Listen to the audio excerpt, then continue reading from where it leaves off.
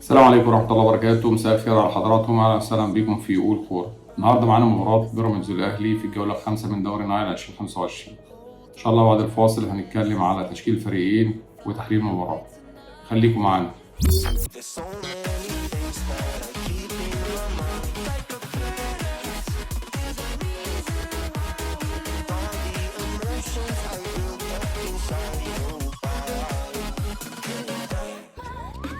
رجعنا لكم تاني في قول كورة. تشكيل النادي الأهلي النهارده: في حراسة المرمى محمد الشناوي، في اليمين محمد هاني، في الشمال كريم فؤاد، وفي النص أشرف داري وبيكهام. خط النص في مركز 6 ديانج، على يمينه زيزو، على شماله محمد علي بن رمضان. في الهجوم ثلاثي الهجوم: تريزيجيه في اليمين، واشرف بن شرقي في الشمال، وفي النص محمد شريف. ده كان تشكيل النادي الاهلي النهارده بدأ بيه المباراه.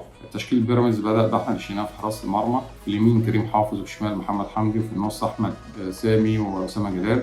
لعب واحد قدامهم في مركز 6 مهند لاشين، ولعب رباعي قدام مهند لاشين.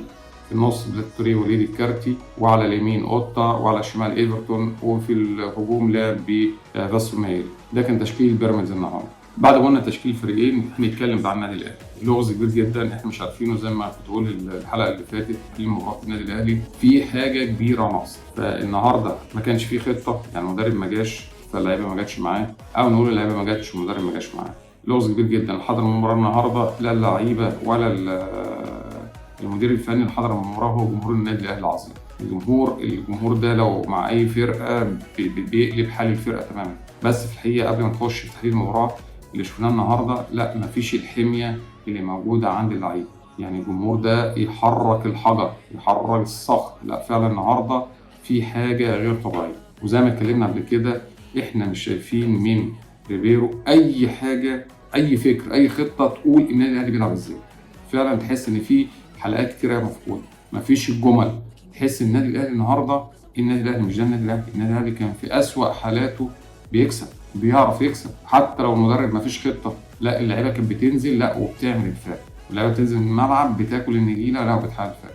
فالنهارده الحقيقه احنا ما شفناش خطه تذكر من ريبيرو. مش عارفين هو بيبدا بالتشكيل ده ليه. يعني احنا بنقول التشكيل ده عايزين نثبته بس التشكيل ده ما ادكش لا اول مباراه ولا تاني مباراه ولا تالت مباراه. تمام. قلنا الحلقه اللي فاتت قلنا نثبت التشكيل، بس انت في حاجه غلط عملها. يعني توظيف اللعيبه، انا حاسس ان توظيف اللعيبه كل لعيب مش واخد حريته في الملعب. ومش عايز اقول هل متوسط الاعمار عالي فاللعيبه مش واقفه على رجليها في الملعب، لا الموضوع مش كده. انا حاسس ان مفيش ادوار، اللعيب مش عارف هو مطلوب منه ايه في الملعب، وعشان كده بنشوف الاداء على طول اللعيبه بتلعب ظهرها للملعب. النادي الاهلي مجموعه اللعيبه اللي فيه ده لازم، وجهه نظري، لازم يلعب بطريقه برشلونه. انا باخد الخصم لاخر تلت دفاع للخصم اللي هو اخر تلت هجوم بالنسبه لي، واللي ابتدي في الحته دي بقى العب. انا عندي لعيبه مهاريه، الحته دي انا اقدر اعمل الوان تو والوان 3 والجمل وكل حاجه ممكن تتخيلها واللي توصلني للمرمى. طول ما انا قربت للمرمى باللعيبه دي لا هسجل اهداف. وده حصل في ماتش فرق. اللي حاصل ان دلوقتي كل الفرق بتاخدك بتطلع بيك لنص ملعبك، بتخلي معظم لعيبتك بتلعب، انا الكلام كله لريبيرو، بتخلي كل لعيبتك تلعب ظهرها للملعب. ثانيا اللعيبه مش عارفه توجد المساحات اللي تتحرك فيها.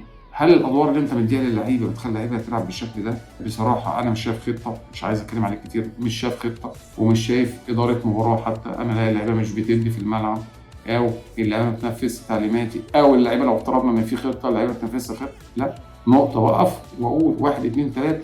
ادارتك للمباراه خلال المباراه، فين ادارتك للمباراه؟ هي احنا ما شفناش منك حاجه. واللعيبه زمان كنا بنيجي نتكلم كده، لو المدرب يعني كنا بنلعب كوره كده في الاقسام الثانيه والثالثه بتاعتنا احنا مش مقتنعين بالمدرب، ونقول بقى زي زمان كده احنا عايزين نمشي المدرب، لا مش هنلعب ومش هنأدي في الملعب. طبعا الكلام ده مش هنقدر نقول ده مثال على اللي كان موجود النهارده في الملعب، بس لا اللعيبه مش واخده حريه. التوظيف بتاع اللعيبه سيء للغايه، مفيش خطه تذكر، خلت شكل النادي الاهلي وحش جدا. عشان كده كنت قلت الحلقه اللي فاتت انا على طول شايف النادي الاهلي مفكك في حاجه انا مش فاهمها، في لغز في الموضوع. يعني برضه انا مش عايز اقول طب الخطه المدرب ما حطش خطه، طب اللعيبه انت فين؟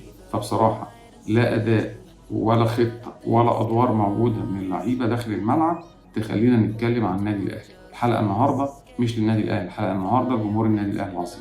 فعلا الجمهور يحرك بالحجر. مش عايز اقول رفقا باللعيبه ورفقا بالمدرب، لا الجمهور مش هيستنى كتير. يا جماعه ده اول 4 ماتشات الاهلي مع ماتشين تعادل وادي ماتش هزيمه، بتتكلم 4 ماتشات منهم يعني. لا الموضوع صعب على النادي الاهلي وعلى جمهور النادي الاهلي. لا لازم، احنا بنتكلم هنا اداره النادي الاهلي لازم واقفه في توقف عشان الاجنده الدوليه، في توقف، لا لازم يبقى فيه حلول، وحلول لازم بقى هنا زي ما كنا بنتكلم على دور المدير الرياضي. لازم الإدارة دي تاخد جنب تماما، مجلس إدارة النادي على دماغنا من فوق، لا بس لازم المدير الرياضي لازم يكون له دور، لازم فعلا كابتن محمد يوسف ياخد صلاحيات، ولازم يشوف ولازم يكتب تقرير ولازم يقول الوضع عامل ازاي عشان الفريق يبقى فيه حد لنزيف النقاط اللي بيحصل وسوء الاداء اللي موجود. ده كان كلامنا عن النادي الاهلي، مفيش اي حاجه تاني نقدر نقولها عن النادي الاهلي. لا هي الفكره كلها الاداره تبعد، مدير الاداره يشتغل، المدرب ده تقييم يقعد ولا يمشي، اللعيبه لازم يبقى في حلول مع اللعيبه. هل الموضوع نفسي؟ هل الموضوع ان انا ادخل لعيبه اتنين لعيبه 3 لعيبه 4 لعيبه صغيرين في السن يشدوا الفريق شويه؟ هل متوسط الاعمار العادي ده عمل المشكله دي؟ فالكلام ده لازم اللي يقوله المدير الرياضي في الفتره بتاع التوقف ده، ويقدم تقرير يا جماعه انا شايف 1 2 3 وانا هعمل 1 2 3، ويبقى ليه مطلق الصلاحيه وبدون اي تدخل من مجلس الاداره. ده كلامنا عن النادي الاهلي. هنتكلم عن بيراميدز دلوقتي. في الحقيقه النهارده بيراميدز على عكس المتوقع قدم اداء ولا اروع من كده. وهل موضوع الاداء اللي هايل جدا من بيراميدز ده سببه سوء اداء النادي الاهلي وسوء خطه اللي لو كانت موجوده؟ اتكلم على سوء اداء المدير الفني النادي الاهلي. انا شايف برضه اللعيبه بتاعت بيراميدز كان عندها الحافز ان هي تكسب، نزلت ولعبت، وهي مش مشكلتها النادي الاهلي ما كانش في حالته، المدير الفني مش موجود تماما ولا اللعيبه كانت موجوده في الملعب. دي مش مشكله بيراميدز، بيراميدز لعب وادى وكسب ويستحق الفوز. مع ان كل التوقعات قبل الماتش، لا انا شايف ان النادي الاهلي لا قادر ان هو كان يكسب بيراميدز 1 و2 على المستوى اللي احنا شفناه من بيراميدز في الماتشات اللي فاتت قبل كده. لا اللي شفناه لا بيراميدز عارف يلعب الاهلي كويس جدا. دلوقتي انا شايف ان اي فرقه بتنزل قدام النادي الاهلي بتعرف تلعبه كويس، مع ان ده ما كانش بيحصل في السابق خالص. اللي جد كيان بتاع النادي الاهلي كلاعيبه وانتماء للفنانه الحمراء واداء والكلام ده موجود دايما. اللي جد هو المدير الفني النادي الاهلي، شايف اداء قليل. اداء قليل دوت هل خلى بيراميدز يركب الماتش؟ بنسبه كبيره بالاضافه الى تفوق يعني حتى شفنا المدير الفني لبيراميدز الراجل عنده باك يمين وبيلعب برجليه اليمين. الراجل عامل ايه؟ شاف ان كريم حافظ احسن من الراجل اللي عنده احمد توفيق قليل. عمل ايه؟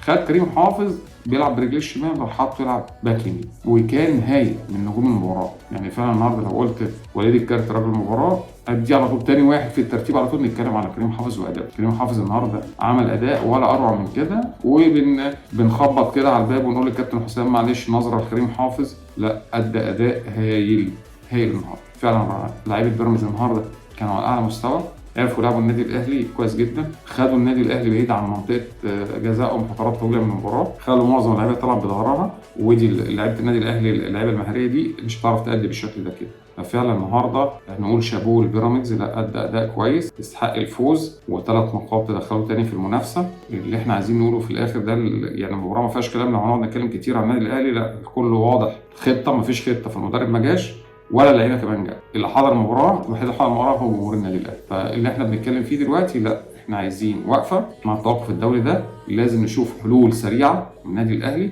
النادي الاهلي ما ينفعش يظهر بالمنظر ده. في نهايه الحلقه هنقول مبروك لبيراميدز، هارد لك النادي الاهلي، والكبير بيفضل كبير دايما بجمهوره بلاعيبته بجهازه بادارته بكل حاجه، بس تصحيح الاخطاء واجب. تصحيح الاخطاء في الوقت ده واجب فعلا، تدخل مدير رياضي مطلوب في فتره التوقف الدولي. ده كان تحليلنا لمباراه الاهلي وبيراميدز واللي انتهت 2-0 لصالح بيراميدز. نشوفكم الحلقه الجايه على خير. حكم الكره السيد هشام حميد في أول كورة. السلام عليكم.